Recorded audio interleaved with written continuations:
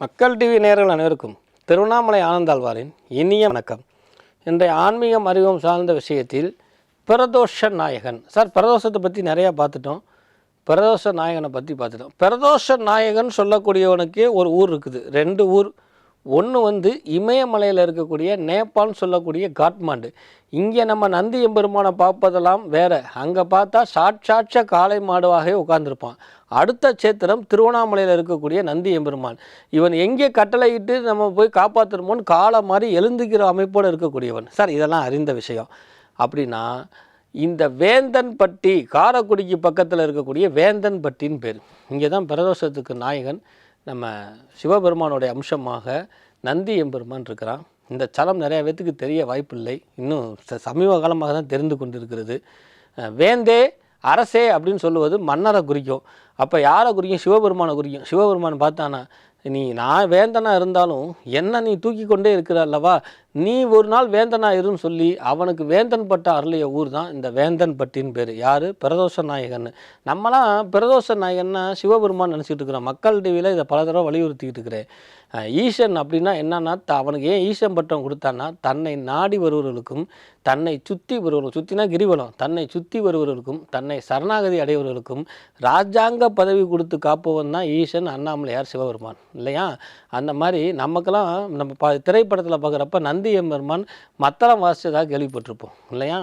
அந்த நந்தி எம்பெருமானுக்கே வேந்தர் பதவி கொடுத்து அவனும் ஒரு வேந்தன் சொல்லக்கூடிய அம்சத்தை கொடுத்தக்கூடியதான் இந்த வேந்தன் பட்டி. அறிவியல் சார்ந்த விஷயத்தில் இந்த வேந்தன் பட்டி, சரி வேந்தன் பட்டியை விட்டுருவோம்.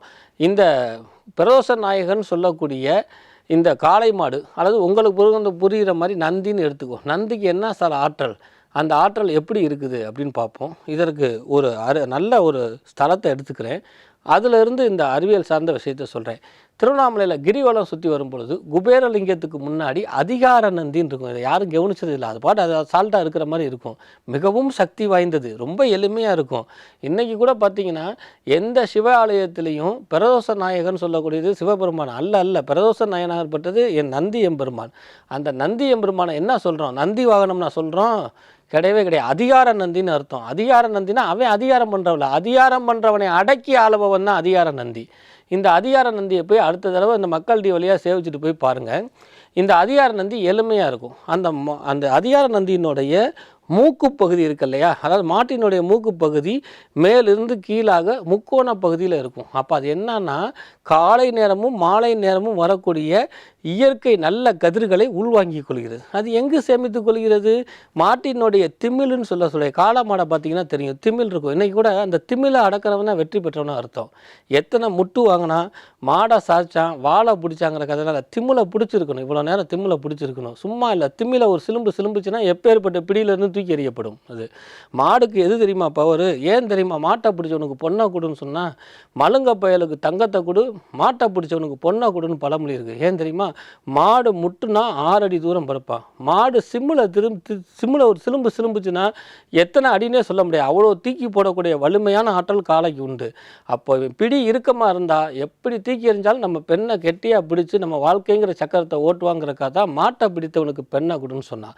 சரி, நம்ம விஷயத்துக்கு வருவோம். அந்த திமிழில் இந்த சேர்த்து வைக்கிதான் அந்த கதிர்களை ஃபுல்லாக. அடுத்ததாக என்னன்னு கேட்டிங்கன்னா, இந்த ஸ்ரீதேவி மூதேவி கதையை ஏற்கனவே சொல்லியிருக்கிறேன். அந்த ஸ்ரீதேவி மாட்டுக்கு பின்புறம் இருக்கிறா.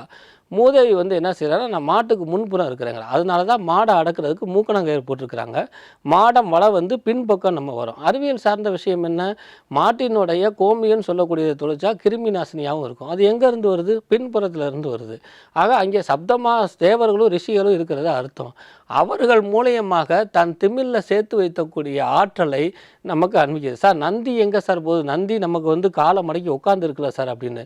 பிரதோஷத்துக்கு நம்ம வழிபட்டு பிரதோஷ நாயகனை வலம் நம்ம விழுந்து கும்பிட்டா இந்த ஆற்றல் ஃபுல்லாக நமக்கு கிடைக்கிது. சும்மா இல்லை, அந்த மூக்கு பகுதியில் சந்திரசோர வேலைன்னு சொல்லக்கூடிய சாயங்கால பொழுதில் வரக்கூடிய நல்ல கதிர்களை எடுத்துக்கொண்டு தீய கதிர்களை நீக்கிவிட்டு, சூரிய கால வேலையில் இருக்கக்கூடிய நல்ல கதிர்களை எடுத்துக்கொண்டு தீய சக்திகளை நிவர்த்தி பண்ணிவிட்டு, நான் மட்டும் வலுவானவன் அல்ல, என் அண்ணாமலையரை தூக்கி கொண்டு இருக்கிறேன்னு அர்த்தம். அதனால தான் இன்றைக்கி கூட அண்ணாமலையார் கோயிலில் பார்த்திங்கன்னா வெள்ளி தேர் ஃபேமஸ்ஸு. அதெல்லாம் காட்டிலையும் ரிஷப வாகனம் ஃபேமஸ்ஸு.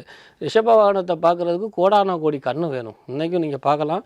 இந்த ரிஷப வாகனத்தினுடைய பேர் அதிகார நந்தின்னு அப்படின்னு பேர். இந்த அதிகார நந்தினா என்னன்னா, நான் அதிகாரம் படைத்தவன் இல்லை, அதிகாரம் படைத்தவன் என் முதுகில் இருக்கிறான், நான் நிறைய கதிர்களை எடுத்துக்கொண்டு உங்களுக்கு நல்ல கதிர்களை கொடுப்பதாக இருந்தாலும் கூட, ஒரு நீங்கள் விஞ்ஞான ரீதியாக உங்கள் வீட்டில் மடக்கிற மாடை கிட்ட போங்களேன், அது நாக்க வெளியில் இப்படி துருத்தி முசுன்னு அது ஒரு வாசனை நோந்து பார்க்கும். அப்போ அது என்ன அர்த்தம் அப்படின்னா, தீய கதிர்களை நீக்கி விட்டு நல்ல, அதனால தான் வீட்டில் பசுமாடு வர, ஒரு காளை மாடாவது வீட்டில் வரன்னு சொன்னதுக்கு காரணம் என்னென்னா, இந்த மாடும் இந்த அறிவியல் சார்ந்த ஆன்மீக சார்ந்த விஷயமும் இருக்கிறதுனால தான் அந்த உலகங்களையும் காக்கும் சிவபெருமான் கூட அந்த காளை வாகனம்னு சொல்லக்கூடிய நந்தி வாகனம் வச்சுருந்தது. அப்பேரிப்பட்டவன் என்னை வாழ்க்கை ஃபுல்லாக சுமந்து கொண்டு இருக்கிறவனுக்கும் ஒரு அரச பதவி கொடுத்து, பட்டி அப்படின்னா நகரம்னு அர்த்தம், நம்ம பட்டினா வேற நினச்சிக்கிட்டு இருக்கிறோம், பிற மொழிகள் இருக்கக்கூடிய அர்த்தத்தை எடுத்துட்டு தவறுதலாக புரிந்து கொண்டு சண்டை போடுவதும், சில பேர் கயர் ஏற்றி விடப்பட்டக்கூடிய அர்த்தங்களை எடுத்துக்கொண்டு அந்த சொற்களை எளிமைப்படுத்துவதும் முற்றிலும் தவறு. பட்டி என்றால் அரச பட்டினம்னு சொல்கிறோம், வேணான்னு சொல்லி விட்டுருவோமா, வேறு மொழியில் எடுத்துக்க முடியுமா நம்ம? அந்த மாதிரி வேந்தன் பட்டி நாயகன் பிரதோஷ நாயகன் இந்த சிவபெருமானை தூக்கி ஆளக்கூடியவனுக்கு அரசாங்க பதவி கொடுத்தது. நம்ம சென்ற நிகழ்ச்சியில் கூட சொல்லியிருக்கிறேன், இந்த சிவபெருமானையுடைய தூக்கி கொண்டக்கூடிய நந்தி வழிபட்டக்கூடிய இடம், பெருமாளை வழிபட்ட இடம் வந்து நந்தி மேல் விண்ணகரம் அப்படின்னு ஒரு ஆலயம் இருக்குன்னு உங்ககிட்ட சொல்லியிருக்கிறேன். அதை பற்றி பின் ஒரு நிகழ்ச்சியில் சொல்கிறேன்.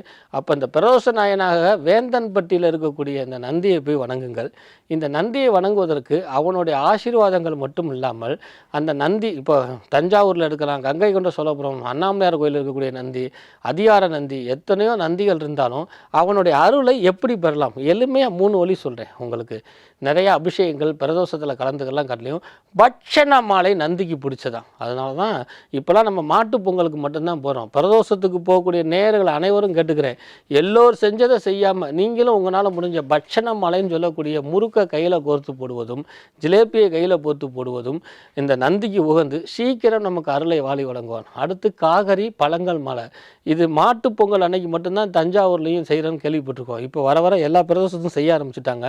அப்படி போடப்பட்ட காய்கறிகளை சமைத்து உண்ணும் பொழுது கடுமையான நோய்கள்லாம் நிவர்த்தி ஆகுது. சும்மா இல்லை பிரதோஷம்னா, அதில் பிறருடைய தோஷத்தை போக்குவது பிரதோஷம்.